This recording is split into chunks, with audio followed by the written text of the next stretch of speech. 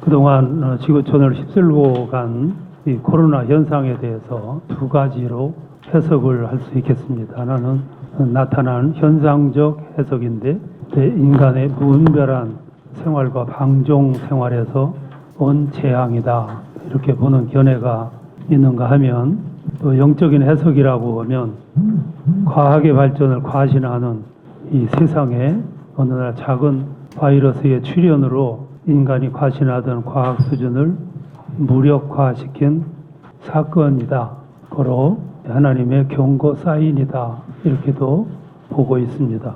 이제 코로나가 진정 단계에 접어들 이때 많은 분들이, 특히 우리 목회자들이 옛날 상태로 곧 회복될 것이다, 기대를 지금 하고 있습니다. 근데 저는 불가능할 것이라고 생각을 하고, 또 그대로 된다고 할지라도 그거는 바람직한 기대는 아니다. 왜 그러냐면 옛날 코로나 이전 시대에 우리의 신앙의 세계나 또 우리의 목회 현장이 너무 혼탁했고 인간주의가 너무 만연했고, 목회는 엄밀히 말하면 하나님 목회가 아니었고 내 목회였다. 이제는 회복이 된다면 옛날 모습으로 회복이 아니고 새로운 모습으로 회복돼야 된다. 이거는 제가 강조하고 싶은 말씀입니다. 그리고 어떤 모습으로 회복이 돼야 되냐면, 이제는 옛날처럼 수단이나 방법을 앞세운 그동안의 목회 형태가 아닌 본질이 회복이 되는 목회 환경으로 회복이 돼야 된다, 이 내용입니다.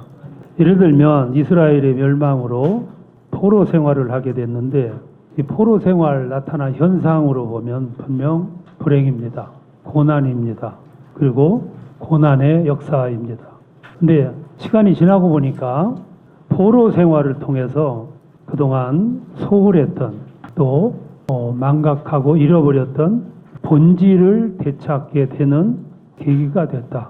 그렇다면 고난의 역사는 굉장히 중요한 기회를 준 거지요.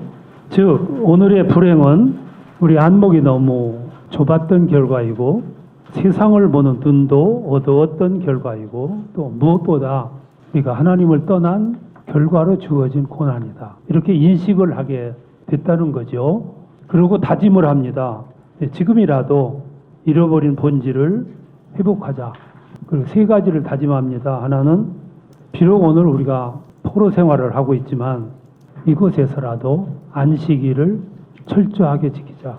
그리고 이방 사회에서 하나님의 백성으로 정체성을 분명하게 살아가려고 하면 우리가 소홀했던 할례를 철저하게 지키고 후손들에게 행하자. 그리고 세 번째는 고국으로 돌아갈 꿈을 잃지 말자. 이게 어디서 나온 각오였냐면은 포로 생활 속에서 그들이 깨닫고 결심한 내용입니다. 이 정체성 회복은 환란의 기회를 통해서 자각하게 됐고 회복하게 된 것입니다. 코로나 현상은 오늘 우리 시대에 처음 경영하는 전염병이었습니다. 그동안 우리는 무서운 것이 미사일이었고 핵무기였는데, 이보다 더 무서운 것은 큰 것이 아니고 아주 작은 바이러스가 더 무서웠다. 이걸 우리는 절감했습니다. 이 작은 바이러스는 어느 날 전 세계인들의 발걸음을 멈추게 만들었습니다. 지구촌 사람들을 모두 집안에 가두어 놓았습니다. 세계의 그리스도인들이 목숨을 바쳐서 지켜오던 주의를, 그리고 예배를 중단시켰고, 그리고 교회 문을 폐쇄하게 만들었습니다. 이보다 더 무서운 것이 뭐 있습니까? 호세아서 2장 11절 말씀이 생각납니다. 이 나라가 여호와를 떠나 크게 음란하였으니 내가 그의 모든 희락과 절기와 월삭과 안식일과 그 모든 명절을 폐하리라. 이게 바로 그 말씀입니다. 그래서 오늘 이 현상을 우리 그리스도인들은 종말론적인 안목으로 생각하고 바라보고 해석을 해야 되겠습니다. 이 대목에서 한국교회가 주목해야 할 것이 있습니다. 하나는 먼저 지난날을 돌아다보는 겁니다. 지난날의 발자취를 엄숙하게 되돌아보는 일입니다. 그동안 우리는 과연 하나님의 영광을 위한 목회를 하였는가? 그동안 한국교회의 진정한 중보의 기도는 있었는가? 하나님의 은혜로 오늘 같은 부흥의 복을 주셨는데 오늘 한국교회는 왜 이렇게 세상으로부터 잊혀진 존재가 되었는가? 그리고 그 원인은 무엇인가? 오늘 우리 사회가 두 파로 갈라져 있는데 왜 한국교회는 이 두 분열을 봉합하려고 하는 일을 외면하였는가? 외면은 고사하고 한국교회와 신자들까지 덩달아 이 분열의 대열에 왜 합류하였는가?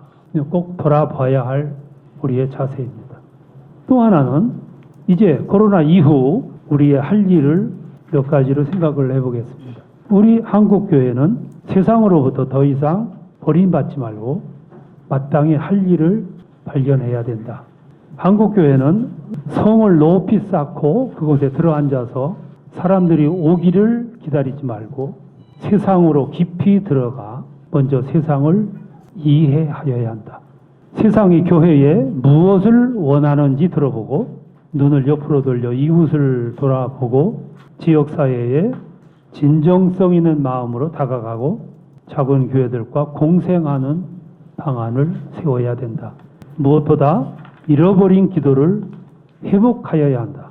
그동안 한국교회는 크기와 많음과 더 화려함을 추구하면서 내 목회를 위해서 동분서주해왔던 것을 우리는 회개해야 한다.